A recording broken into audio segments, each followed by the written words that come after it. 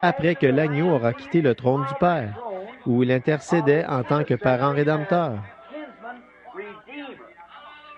Je vais dire un petit quelque chose ici en passant.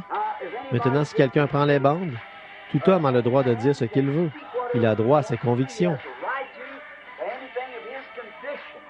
Mais si, vous savez, si un prédicateur ne veut pas de ceci parmi ses fidèles, alors dites-leur de ne pas les prendre. Mais ceci, c'est au milieu des gens auxquels j'ai été envoyé pour leur parler. C'est pourquoi je dois révéler ce qui est la vérité. Voyez? Maintenant, l'agneau, au temps de l'intercession, ici, il savait qu'il y avait des noms là-dedans qui avaient été mis là dès la fondation du monde.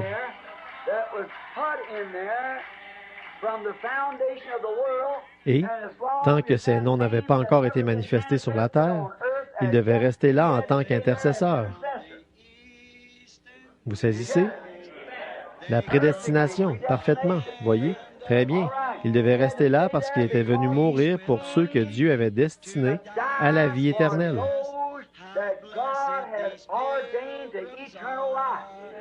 Voyez? Voyez? C'est par sa préscience qu'il les a vus, pas par sa propre volonté. Sa volonté, c'était qu'aucun ne périsse. Mais par sa préscience, il savait qui périrait et qui ne périrait pas. Par conséquent, tant qu'il restait un nom qui n'avait pas encore été exprimé sur la terre, Christ devait rester là comme intercesseur pour s'occuper de ce nom-là. Mais aussitôt ce dernier nom plongé dans cette eau de Javel, se décolorant, alors c'était la fin des jours de son intercession.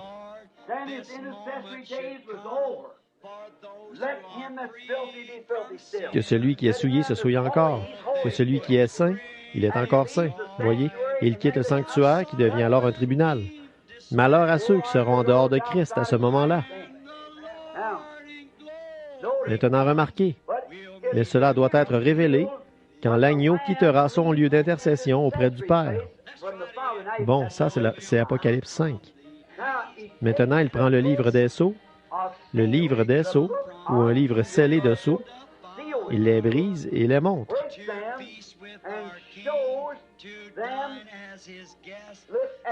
Regardez, à la fin de l'âge, là, une fois l'intercession terminée, que les âges de l'Église sont terminés. Il est arrivé au premier âge, à l'âge d'Éphèse. Il a révélé, il a envoyé le messager. Remarquez ce qui se passe alors que nous continuons. En voici le plan.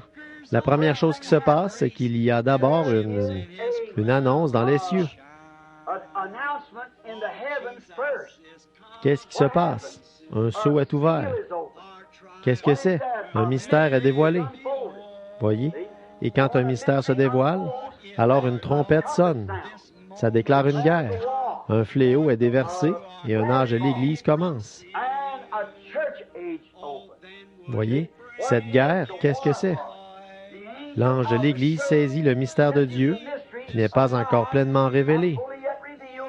Mais à ce moment-là, il saisit ce mystère de Dieu, puis il va vers le peuple, après que le mystère lui a été donné. Il va vers le peuple. Qu'est-ce qu'il fait là? Il commence à proclamer ce message. Et ça déclenche quoi? Une guerre spirituelle. Ensuite, Dieu prend son messager, avec les élus de cet âge-là, et il les fait reposer à l'écart dans le sommeil. Ensuite, il laisse un fléau s'abattre sur ceux qui ont rejeté le message, un jugement temporaire. Ensuite, une fois que ceci est terminé, alors ça continue, et ils s'organisent, ils introduisent des dénominations, avec pour point de départ l'œuvre de cet homme, par exemple Wesley, et tous les autres, et alors tout retombe dans la confusion. Ensuite, un autre mystère apparaît. Alors, qu'est-ce qui se passe? Un autre messager arrive sur la terre pour un âge de l'Église, voyez? Alors, quand il arrive, la trompette sonne, il déclare la guerre, voyez? Et qu'est-ce qui se passe ensuite? Finalement, là, il est retiré de la scène. Alors, une fois qu'il est envoyé à l'écart dans le repos, un fléau s'abat et le détruit. La mort spirituelle frappe l'Église, c'en est fini de ce groupe-là. Ensuite, il passe à un autre. Oh, c'est un plan glorieux. Finalement, on en arrive à ce dernier ange.